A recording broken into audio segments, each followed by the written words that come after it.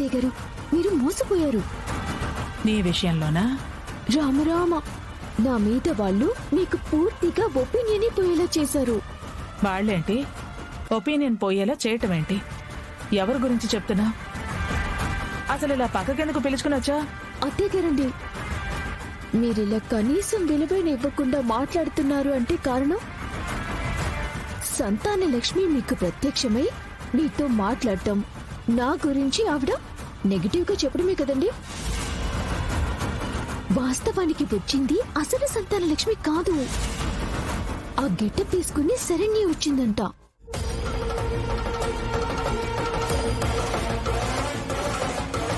శరణ్య? ఏం మాట్లాడుతున్నావు? అవునత్తయ్య గారు,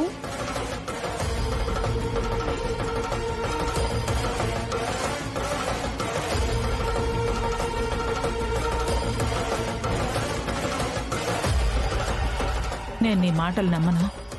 నాకు తెలుసండి మీరు నమ్మరని. అయినా మీరొకసారి ఆలోచించండి. ఆ అమ్మవారిని వేడుకోగాని టపిక్కమని ఆవిడకి లోకల్లో వేరే పని లేనట్టు మీకోసం వచ్చేస్తుందా? కొంచెమైనా లాజిక్ ఉండాలి కదండి. అత్తయ్య గారు, దయచేసి మీరు అలా ఉరుముతూ చూడకండి, మీకు దండం పెడతాను. ఇదంతా నేనేమీ కల్పించి చెప్పడం లేదు మీకు. ఇదే టాపిక్ ఆ లోపల ప్రీతి మీ అబ్బాయి గారు సంబరపడుతూ మాట్లాడుకుంటుంటే నా చెవులారా విన్నాను. వాళ్ళింకా అదే టాపిక్ లో ఉన్నారు. కావాలంటే రండి, మీరు వాళ్ళ సరదా ముచ్చట్లని చెవులారా విందురుగాని. రండి రండి అత్తయ్య గారు. రోహిత్, అత్తయ్య గారు ఇంతకాలం ఎందుకు ద్వేషంగా ఉన్నారో అర్థం కాలేదు. కానీ ఇప్పుడు ఆ సంతాన లక్ష్మి కరుణించి అత్తయ్య గారి మనసుకు నన్ను తిరిగి దగ్గర చేసింది. నాకు చాలా సంతోషంగా ఉంది. ఈ కుటుంబ క్షేమం కోసం నువ్వు ప్రతిరోజు అమ్మవారిని దీక్షగా కొలిచావు కాబట్టే కదా ప్రీతి, అమ్మకు నువ్వే సరైన పెద్ద కోడలు అని ఆ అమ్మే అర్థమయ్యేలా చేసింది.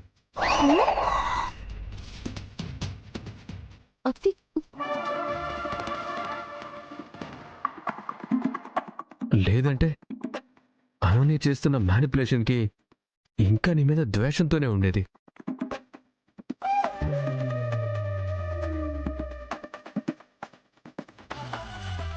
అవును రోహిత్, పాపం అత్తయ్య గారు ఎంత మంచివారో, ఏ కల్మషం లేని దేవత.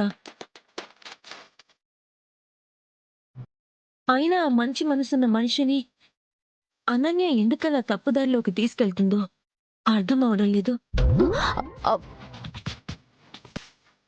అత్తయ్య గారు, అది ఇప్పుడు అది అర్థమైనా కాకపోయినా ఏముంది, అమ్మకి అనన్య ఎంత వరస్టో తెలీదా? ఇప్పుడు కూడా దాని గురించి అర్థం కాలేదా? అమ్మ ఇంకా అనన్యని నమ్మదులే. అవును రోహిత్, అత్తయ్య గారు చాలా తెలివైన వారు. మాయ మాటలు చెప్పేవాళ్ళని అస్సలు పట్టించుకోరు. పైగా సంతాన లక్ష్మి అమ్మవారే అత్తయ్య గారితో మాట్లాడింది కదా, ఆ మాటలు ఎలా అబద్ధమవుతాయి? వీళ్ళేంటి ఇలా ప్లేట్ ఫిరాయించారు? అత్తయ్య గారు, అది నోర్మోయ్ పాపిష్టి మొహం.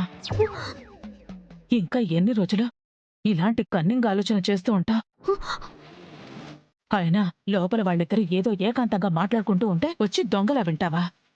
వినటమే కాక నా మనసు కూడా పాడు చేయాలని చూస్తావా? చంప పగల కొడతాను.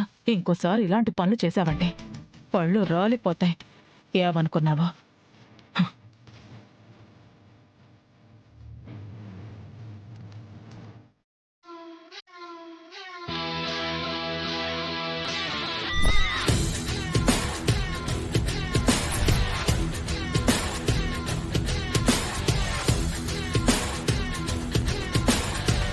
ఏంది మే ఇయ్యాలప్పుడు ఇంత యాసం కట్టావు? యా గుళ్ళో అయినా భరతనాట్యం చేసేదానికి బేరం ఒప్పుకుని ఉండవా?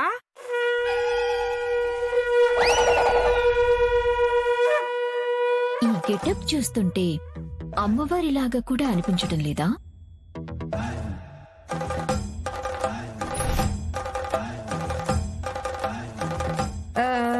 కాస్టూము అట్టాగే ఉండదు గాని నువ్వు కట్టుకుంటేనే అట్టా లేదు. ఏడ్చో నువ్వు నీ ఎదవ సోది. ఈ వేషం నేను ఎందుకు వేశాను, అసలు కంటెంట్ ఏంటో తెలుసుకోవటం మానేసి అలా ఉంది ఇలా ఉంది అని పనికి మాలిన సిటేర్లొకటి నీ మొహానికి. ఛీ! కరిష్టమ్మి అలవాట్లు పొరపాటుగా నవ్వుతాలకి అట్ట కామెడీ చేసి ఉండాను. ఈ పిచ్చి కామెడీలు అంటేనే నాకు బొళ్ళు మంట. అయ్యో అట్ట అనకమ్మే, ఆడా అయ్యి బాగా వర్కౌట్ అవుతా ఉండాయంట, వాటికే నవ్వుతూ ఉండారు జనాలు. సరే గాని ఏంది నీ యాసం గోలా? ఆ ఆనంద భైరవి అండ్ టీం ఎలాగైతే వేషం వేసి మా అత్తయ్య మనసులో నుంచి నన్ను తుడిచేశారో, ఇప్పుడు నేను అలాగే అమ్మవారి వేషం వేసి ప్రీతి మీద అత్తయ్యకి అయిష్టం తీసుకురావాలి. ఆ ఆ ప్రీతిని అత్తయ్య నుంచి దూరం చేస్తేనే మళ్ళీ నేను ఆవిడికి దగ్గరవ్వగలను. నేను ఇక్కడ అనుకున్నది సాధించగలను.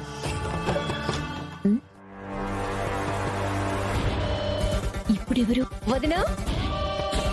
ఆ, అమ్మి దామిని అదెందుకొచ్చింది ఇప్పుడు?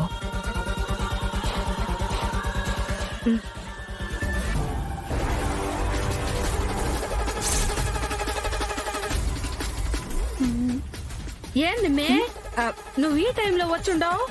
పొద్దున నా చార్జరు అనన్య వదిన తీసుకొచ్చింది, దానికోసం వచ్చాను. ఎక్కడుంది? చార్జరా నేను తీసుకొస్తాను, నువ్వు ఇక్కడే ఉండు. ఇదిగో అమ్మే నీ చార్జరు, నువ్వు వెళ్ళు. అవును, అనన్య వదిన ఎక్కడా?